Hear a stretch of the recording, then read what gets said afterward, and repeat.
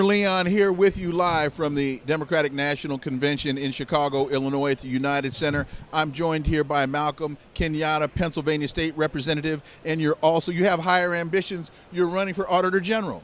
Listen, we got a lot of work to do to make government work for working people. My first question, there's a lot of enthusiasm here that the gears have shifted dramatically over the last 3 weeks. What is in it for communities of color? Everything. I will say it this way. America is great, but everybody hasn't benefited from its greatness. And a part of what we know is that there are far too many families who are experiencing life the way that I did. I grew up in a working poor family in North Philly. My dad was a social worker. My mom was a home health aide. I spent a lot of my life moving around 5-6 different places by the time I graduated high school. Got my first job at 12 years old washing dishes at a little restaurant. And a part of what I learned very early on is that for far too many families, it doesn't matter how hard you work. You get up every single day working your heart out, and yet you can't look your kid in the eye with a straight face and say, it's going to be better for you than it is for us right now or than it was for me. And so the question is, when we understand those as the stakes, because I think that's the stakes, then the question is, out of the two options that are on the table, who is, first of all, even interested in the problems that we've outlined? Donald Trump has no interest in even addressing any of those concerns. He's somebody who says systematic racism doesn't exist. He's somebody who hosts for lunch members, people who call themselves, proudly part of the alt-right, who call themselves proudly white supremacists, Christian nationalists. On the other side, you have Kamala Harris, who has a record of trying to make life better for folks. Now, I do want to say this. Just because you're in the arena trying to make life better for folks doesn't mean every problem has been solved. You don't run for office because you think everything's great. You run for office because you feel like there's something to do. And what I want to know is that the people who are running have in their heart a compassion for working people and have in their mind the capacity to execute the things that they say they want to do. I think she has both in spades, and it's why I'm excited, because I know when she talks about lowering costs, she means it and she's done it. I know when she talks about taking on price gouging, she means it and she knows what she's talking about. I know that when she talks about continuing to reform our criminal justice system, she means it, she knows what she's talking about. And what we have to do is recognize that when we win this election, because black folks show up in historic numbers, when we win, it's not going to be good enough to say, well, Kamala, we voted for you in November. We hope you solved all the problems. Because what's going to happen is her trying to do that $25,000 yes. Tax credit for first-time home buyers. Her doing that, there's going to be a lot of special interests who don't want to see that happen. And so if we walk away after November and say, we hope you figure it out, elected leaders, and don't recognize that the elected leaders only elected leaders because of us, then we're missing the plot of the story. So that right there takes me to the next question, which is accountability. And what are we demanding from her? Because better than I do, politics is about policy output. Policy is not about campaign promises. So how do we as a community, first of all, make the demands that need to be made and then ensure that the things that we voted for, we receive? So let me say this. I never ask anybody, I never have anybody to get caught up in the cult of my personality or anybody else's, okay? Mm-hmm. People who love me very much, they don't want to join my cult. I'm not asking you to. What I'm asking folks to do is to remember their power. It's not just about making demands. It's about recognizing how is policy actually get moved. Mm-hmm. Policy gets stalled or moved not because the politician who ran doesn't believe the promise they made. Let me give you an example. We have been trying to, in Pennsylvania, mm-hmm. to raise our minimum wage from the $7.25 starvation level wage to a living wage. We've been trying to do that for a long time. I ran talking about that. I have not given up on that promise, or I didn't do it because Malcolm just didn't want to do it. To get a bill passed in the Pennsylvania legislature, I have to get, first of all, I have to get a smart lawyer to write the legislation to make sure it was drafted correctly. Mm-hmm. Then I have to get the speaker to send it to the appropriate committee. Then that committee has to get 12 votes to send it out of the committee. Then it has to go to the floor, and I have to convince 101 of my colleagues to support it. Then it has to go to the Senate and do the same thing and get 26 votes. Then the governor has to sign it. Then I have to make sure that it was written correctly in the first part so that the court can't overturn it. Now, that's complicated. And so when I talk about us meeting the speed of the need, I get how people say, well, Malcolm, that sounds too complicated, and I have kids that need to eat tonight, so that's too complicated, that's too hard. But a part of understanding your power is understanding the process and understanding where you can put the pressure. We have to put the pressure on a bunch of elected officials who a lot of people don't know their names or haven't taken the time to understand them, because the president's elected by everybody, and so I get why everybody knows him. But there are a lot of faceless, nameless folks who are the reason that the minimum wage isn't raised. And there's no pressure being put on them because we don't know who the heck they are. And so a part of owning your power is recognizing that your work doesn't end on Election Day. Kamala Harris is only going to win because of us. That's true. Right. But she's only going to be a successful president if we don't buy into this flawed idea that our work is done on November. Oh, I say all the time that many of us think that once we vote, our work is done. But after you cast your ballot, your work has just begun. Right. Because you following your example in Pennsylvania and the minimum wage legislation, somebody has to be calling your office every day. Malcolm, what about that legislation? When you step out in the grocery store, you get out your car in the parking lot, somebody's got to go, hey man, what happened with that legislation? What are you doing? Where's the fight? And you can't just say, I'm working on it, right? People have to continue to pressure you to ensure that you fight for the things that you promised for, and that you do everything in your power to deliver. You're not going to win every one of those, but what constituents want to see is the fight. You know, and we have to, and this is why it's so critical. You know, in Kamala Harris and Tim Walz, we have two middle-class kids who, because of what America is, with all of its flaws, has made this week possible. That's not possible in every country. Right. But that has been possible here. So let me say this. A part of what you're trying to figure out as a voter, all of us, because I'm a voter, is do the people running, do they care about me? And I think we know in our gut, if we're being honest, that Donald Trump doesn't care about us, right? You might see him as a means to an end. He might, on occasion, through his rambling, say something that you also think is wrong. But I don't think anybody in their heart really believes that he cares about that. No, he's a transactional individual. He cares about you saying nice stuff about him. Huh? He cares about you saying nice things about him. Well, he cares about the transaction. And once the transaction is complete, the individual involved in the transaction is irrelevant. That's right. And I bring that up not because this election is about Donald Trump, but I bring that up to say that I believe in my gut, and I think a lot of people do, that Kamala Harris and Tim Walz actually care about families like that. I do think they care. And so to your point around you're not going to win every battle, you also don't know the issues that are going to come up. True. Right? As an elected official, you can never promise people that it's not going to rain tomorrow. You can make no big promises like that. You never know what's going to happen.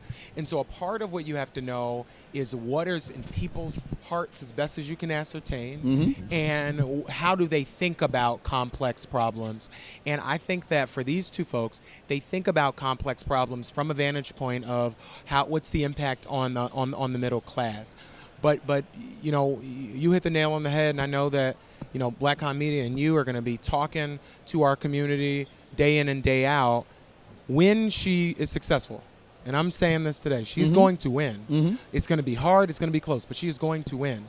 When she is successful, we need folks to keep the energy that they have and keep the pressure on members of Congress, because there's nothing she's going to be able to do just because she won. A lot of the big things she wants to do, we saw it with student loans. The president tried to do something administratively. The Supreme Court came in and overturned it. And so it's going to require us to keep focus on the things that matter to our families, and then keep talking to everybody about, and even the people who we did not vote for. If you have a Republican elected official who's in charge of the Right. committee where the bill is, you need to call him too, even if that's Right. not your elected Absolutely official. right. And so if we do that, I'm sure we're going to be successful. You mentioned early in this conversation that your father was a social worker. Social work. My mother got her MSW from University of Chicago. God bless him. God bless him. So I know that a lot of the conversations that you heard around your dinner table are the same conversations that I heard around my dinner table. And you seem, from the very little bit I understand about your background, you were living the very existence for the people that your father and your mother were supporting. So how did that shape your worldview? You know, my mom would say something, and my mom, rest her soul, she would be 65 today. Okay. And Happy birthday thank you. to your belated mother. You know, it's tough because my mom always wanted to see a woman be president. She said, women know how to do stuff. True and that. they do. They know how to get stuff done. But I think back because you said, you hit it right on the head. My mom would have us at the church volunteering at soup kitchens. And I would say to her, like, literally, we could get in the line. Why are we serving the food? My mother had me handing out lunch at Head Start because she ran Head Start. Right? Right. And you're like, wait, I need a head start, right? We're here I'm working. hungry. My mom used to always say, everybody can do something. Right. Everybody can do something. And I keep going back to this because when I hear the concept of, like, you know, what we demand, I get your point, but I only push back to make this broader point, that when you are in the position of making the decision, you're not making a demand, you're making a decision. Right. We are in the driver's seat when we use our power. There is not a political analyst around here who won't tell you that if black folks show up in big numbers, if young people show up in big numbers, we could decide every single election. It is just empirically a fact. It's not Malcolm's opinion. If young people who, like me, know the challenge of being able to afford that first home, if 90% of us showed up and said we want to be able to have our access to the American promise, if 90% of us showed up, do you know what would happen? We would have that problem solved. Because politics, so often, we move policy based on whether or not a political window is open. That's what I call it. You open that political window. I will never forget this. George Floyd's tragic, tragic death. Mm-hmm. Pennsylvania legislature, after his death, passed, I think, 6 different pieces of pretty substantive criminal justice reform, police reform legislation. Right. I always remind people, because I have people say to me, oh, well, you passed these bills because George Floyd died. Wrong. These bills have been introduced, some of them, for 7 sessions, and so, or sessions 2 years. So for some of these bills, 14 years ago, it was first introduced. The reason we were able to pass these bills so quickly is because they had been written and introduced already. They were there just waiting. Right. What happened was this. After George Floyd's death, Pennsylvania, 67 counties, and you know one of your producers from Pittsburgh. Right. Okay? It is difficult to get 67 counties in Pennsylvania to agree on anything. It's really difficult. But what happened after George Floyd's death is, in 63 of the 67 counties, people were out protesting every single day. That's the demand.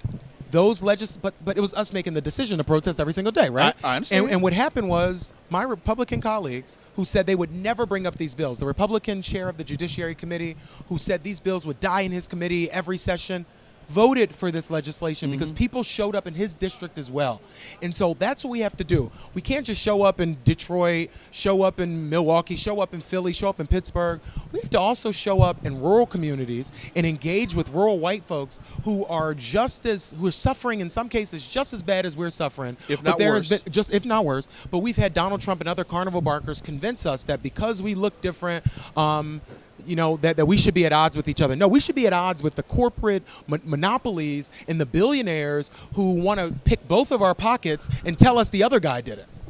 I know you have been working on issues related to poverty your entire career and your entire life, because your life has been your career. Please tell my goddaughter that I'm a young man. Please tell her this. He's still a young man. Thank you. I can break Sayla, out if you were watching, in I'm some young. Tower of Power. Okay. He's still a young man. Anyway, so what gets lost in a lot of the dialogue is when we talk about crime, folks don't understand that crime to a great degree is a result of poverty. You're preaching. It's not an inherent element within any community. Folks have needs. If folks can't meet those needs, folks will do what they need to do to meet those needs. Can you speak to, as an elected official, the reality behind understanding the dynamics of crime? And it's not a matter of more police. It's a matter of more services, so the police don't need to be called. Let me say this. You know, as a black man in this country, a lot of folks who are dying of gun violence, a lot of folks who are victims of crime, first of all, look like me. I refuse to accept a false choice between no police and police that can shoot me with impunity. I refuse that. Right. What I want is that if there is a crisis, that somebody who's trained, who cares, shows up. And what I want to do, and what we've been trying to do as legislators, is to make sure that they're not just showing up with a gun. That in some instances, like what they're doing in Bucks County, they're showing up with co-responders to respond with a social worker like your mom or my dad, or trained mental health care professional to respond to a mental health crisis if that's a challenge, to get people services if that's what they needed, to show up with with somebody with Narcan if somebody's having an overdose situation. We cannot incarcerate our way out of the issues of crime in our community. We have to do what you said and invest substantively, consistently in the types of service that meet people's needs. And but to do that, we have to change the mindset. Oh, for sure. We have to change the mindset. We have to change the the perspective or perception, us versus them. If it says on your door of your police cruiser to protect and serve, we need you to protect and serve. You know, listen. What I know people want and what people deserve, because I think you always start with the stakes. When you start with the stakes, then we can have a debate on how we get there. You and I agree on the stakes because we're black men in America who understand this. I want to live and in we're a children safe of social workers, right? Children of social workers. I want to live in a neighborhood where I'm never afraid that I'm gonna be shot dead just walking down the street, and you know I will take a backseat to nobody. I live in a neighborhood where like I hear gunshots ring out all the time, so I'm gonna take a backseat to nobody on like wanting a safe community. Black folks want a safe community more than other folks, but what I also want is for the kids in my community not just to not be shot. That's the floor. Right. I want them to then go to a school where they don't have lead, asbestos, and mold in the buildings. And they can drink the water out the water fountain. They can drink the water out the water fountain. Where their teachers have all the things that they need. Where there's a social worker in that school providing mental health care. Where they get to leave that school and join a trade or start a business after. Or go to a 2 or 4 year college if that's what they desire to do. That is what I think the stakes are. And when we start with this idea that every single child of God deserves a life of dignity and respect. When we start with that idea, then we put in place the pieces to make that a reality. There are a lot of people who don't believe what you and I believe, that every single kid deserves a quality education.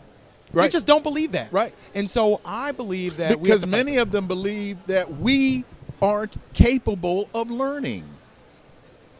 Why waste these tax dollars on educating these people, and these people can't learn in the first place? You know, unfortunately for us, and I know we need to wrap, but unfortunately for us, I don't even need to intuit what these folks think. You just listen to Donald Trump. He tells you exactly what they think about us. And so we have to show him what we think about us. And so this election, I love Kamala Harris. Okay. I've gotten to know her. I've gotten to see her close. I got to see her far. But this election is about us and about what we deserve. And if you think you deserve a safe community where you have access to a high-quality education, where you can afford to live there, where you can retire with a level of dignity, where you get to look at the next generation and know that it's going to be better for you than it was for them, if you believe that, then you can show up in November and vote. Look in camera 2 as we get out of here and tell this audience 2 things that you want them to take away from what are the 2 most salient points that you want them to take away from this conversation? So first, if you do not own Bell Hooks' All About Love, go buy that book. She talks about this idea of a love ethic. And she says when you're driven by a love ethic, you attract other bearers of light to you. And I think in this moment, we need to recognize we're not in this by ourselves. that when we speak up about the communities that we deserve, we attract other folks to us. The second thing I would say is, this is a dirty little secret about politics. Candidates don't win elections. You certainly need a good candidate with a good message. But I've seen a lot of bad candidates with bad messages win elections. What candidates need are you. Sometimes donors win. Oh, he was, Jesus Christ. Barely won that one. But what we need is you. And you're not showing up just for a candidate up and down the ballot. You're showing up for you. So I really appreciate the opportunity, and thank you for everything you're doing. Thank you. Malcolm Kenyatta, thank you. State Representative of Pennsylvania.